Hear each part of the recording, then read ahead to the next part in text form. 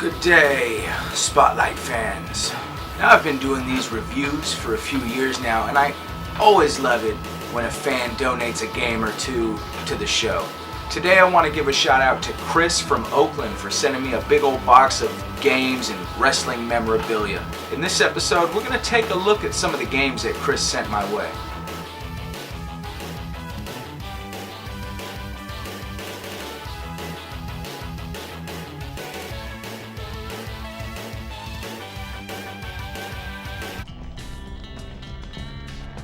.007 Tomorrow Never Dies is a PS1 game based on the movie of the same name. Now, I'm not sure if this is the first non-first-person Bond game, but it sure feels like it. The controls feel a bit on the broken side at times. It's hard to get Bond going where you want him to go, and the camera can be a bit of a pain too. I do like the fact that they break up the action a bit with some levels that include racing and skiing. Graphically, the game is nothing special. Actually, all in all, the game isn't really that special, but it's not terrible.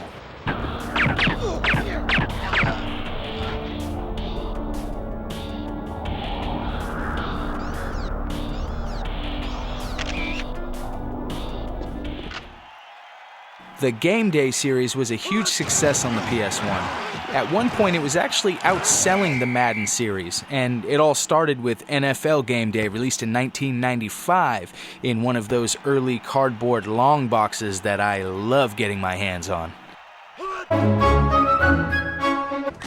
Now, this is actually still kind of fun to play, which is saying a lot for a 20-year-old sports title.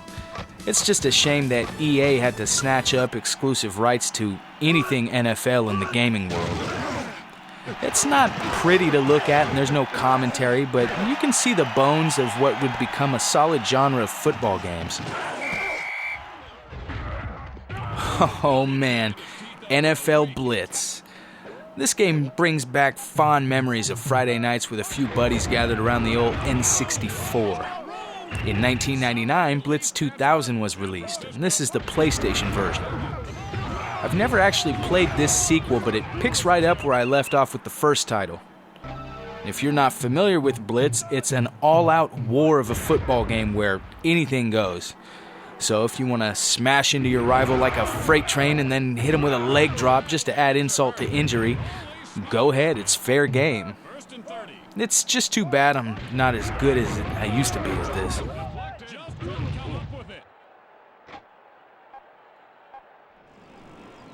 Dave Mirra Freestyle BMX was released in the midst of the Tony Hawk's Pro Skater hype for the PS1, and it plays pretty similar. It's definitely not as polished as those titles. The sense of speed just isn't there, and the controls can feel a bit sluggish at times, but it was good enough to spawn a sequel on the next-gen consoles. There are plenty of players to choose from, and plenty of levels, plus a really good soundtrack with bands like Sublime, Cypress Hill, and the Deftones. And the ragdoll physics made for some pretty fun crashes.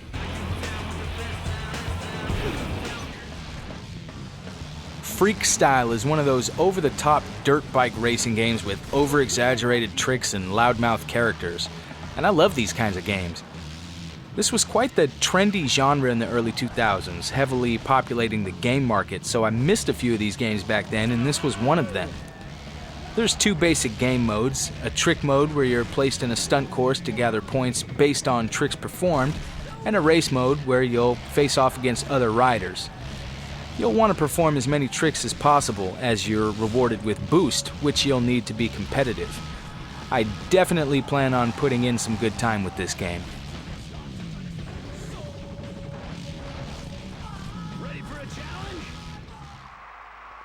One of my very first experiences with the PS1 was playing Ridge Racer.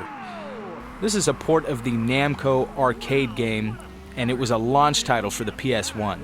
Now back then, this game was really impressive. I mean, I went from playing the SNES to this, but these days, it hasn't held up so well. I mean, it's still fun to play for short periods of time, but with limited tracks and cars, there's only so much fun to be had here.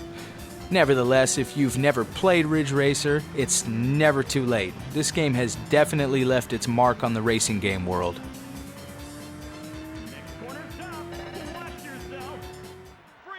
NBA In the Zone 2 was released for the PlayStation back in... okay, wait. Really? I'm gonna cut straight to the point. This is just awesome.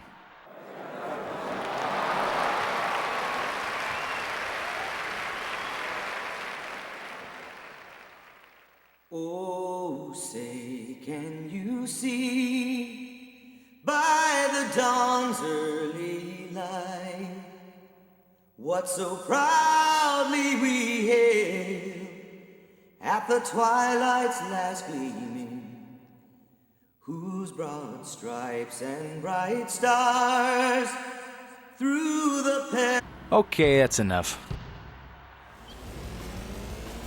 Now, some of you might already know that I'm a huge fan of the Road Rash series, and this version has got to be my favorite. It's a bit of a remake of the original that was designed for the 3DO and later ported to the PS1, Saturn, and PC.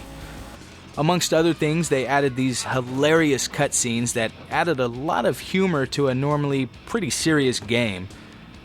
Other additions include a pretty goofy art style throughout the game's menus and modes. The soundtrack is amazing as well. They just really outdid themselves all around with this one. Like I said, this game was released for many platforms, so seriously, go check it out.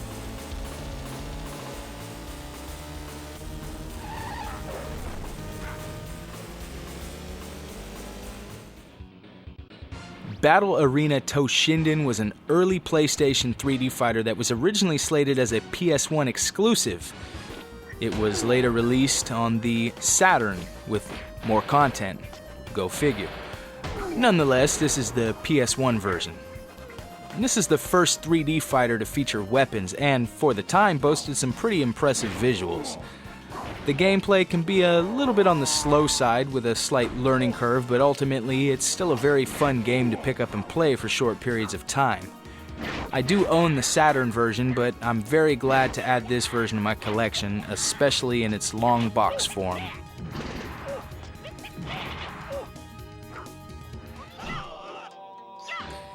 By the time Tekken 2 hit store shelves, the franchise was already a household name for fighting game fans. What set Tekken apart from other fighters were a few subtle differences. Tekken features a controlled layout of left punch, left kick, right kick. Along with this, the fighting plane doesn't feature any boundaries or ring outs. Now, I was more of a 2D fighting game fan at this time, so I didn't play these games much, and honestly, this is the first Tekken game in my collection. I must say, however, that now I plan on getting my hands on the rest of the series. A lot of PS1 games at the time had heavy pixelation, which this game doesn't. The polygons are a bit on the blocky side, but I'll take that over 1,000 little squares all over the screen. This is definitely a series of games I'll be diving into. I really want to thank Chris for sending these games my way. I really appreciate it, man. And I hope everybody enjoyed this video. Stay tuned for my review for WWE SmackDown Here Comes the Pain, as I plan to have it released later this week. Stay tuned.